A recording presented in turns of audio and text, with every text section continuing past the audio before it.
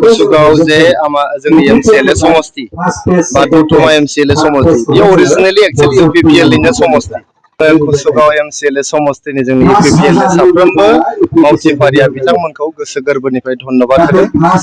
थांनाय हराव आंनो जोंनि यूपीपीएल नि दैदेनगिरि प्रमद बर' सार, इउजि ब्रह्म सार, इंदिरा नार्जारी सार, गोविंद बसुमतारी सार लोगोसे यूपीपीएल नि साफ्रोमबो मावथिफ्रा आंनो जे दतमा बायदि मोनसे प्रेस्टिजियास समष्टिनि एमएलए नि बिजाथि होदों बेनि थाखायनो आङो गोसो गोरबोनि साबायखर हरदों आरो दिनै मावथिफ्रा दिनै लोब लोब फैनानै आंखौ जे बरायफैदों बेनि थाखाय आं गोसो गोरबोनि साबायखर बावहरदों।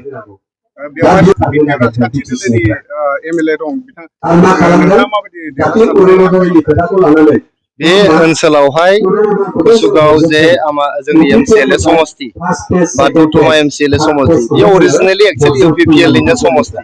दा जोंनि माखासे गोरोन्थिनि थाखाय यूपीपीएल हान्जानि जोंनि माखासे गोरोन्थिफोरनि थाखाय जों बे समष्टिफोरखौ देरहानो हायाखै, किन्तु एबार एमएलए समष्टियाव बयबो जानजि खाफ्राफिनजोब्बाय। जोङो बे दतमा एमसीएलए जा, कुसुगाव एमसीएलए जा, सराइबिल एमसीएलए नि खावसे आरो बनरगावनि एसे गासै ज' जानानै दिनै यूपीपीएल नि ट्रेक्टर सभियाव भट होनानै यूपीपीएल नि केन्डिडेटखौनो देरहानो होननानै बयबो सदबांसा लाबाय।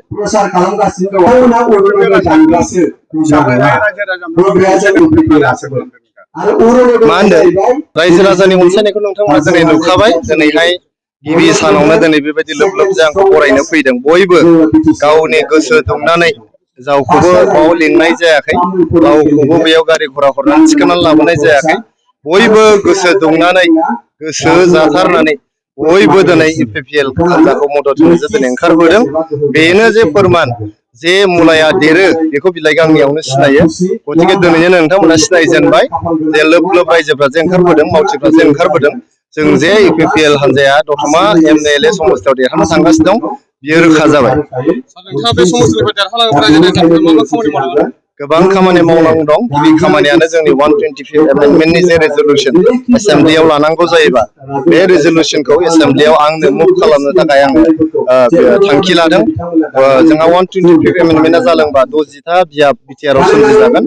लोगोसेयै सेन्ट्रेल गभर्नमेन्टनि डाइरेक्ट फाइनान्सिं, डाइरेक्ट बाजेट जोंनि बिटिआर काउन्सिलाव फैगोन। बेजों लोगोसे जोंहा गोबां खामानि मावनांगौ दङ दतमा समष्टियावहाय। गिबियावनो आं सानदों जोंनि दतमा समष्टियाव गेलेनायनि कुसुगावआनो जा, दतमायानो जा, जोंहा बनरगावआनो जा, लाइमोनफ्रा गेलेनाय बिथिङाव जोबोद राफोद।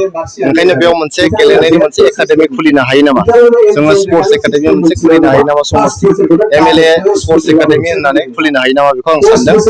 लोगोसेयै जोंनि लाइमोनफोरनि खामानि अरजाबहोनो थाखाय जोंहा जे रायमना नेसनेल पार्क जाबाय, दिनै सिखोना जोहोलाव नेसनेल पार्क जाबाय, बेयाव गोबां टुरिस्ट गाइडनि दरकार दङ, हम स्टेनि दरकार दङ। बेबायदिनो टुरिजम सेक्टरखौ दावखोहोनायनि बाथ्रा दं। गतिके टुरिजम सेक्टरखौ दावखोहोनानै बेयाव टुरिस्ट गाइड ट्रेनिं होनानै गोबां सेंग्रा सिख्लाफोरखौ बेवहाय खामानि अरजाबहोनो हायो होननानै आं सानो। बेजों लोगोसे गोबां जाथि जनगोष्ठीफोरनि खामानि मावनांगौ दं। बे जोंनि माइनरिटि कमिउनिटियानो जायाथों मानो, जोंनि कच राजबंसि हारियानो जाथों मानो, जोंनि सान्थाल बा आदिबासि जाथियानो दाजाथों मानो, मोनफ्रोमबो जाथि जनगोष्ठीनि मोनथाय आरो बिथांमोननि जौगानायनि थाखाय खामानि मावनांगौ दं। बेफोर खामानिखौ मावनांगौ।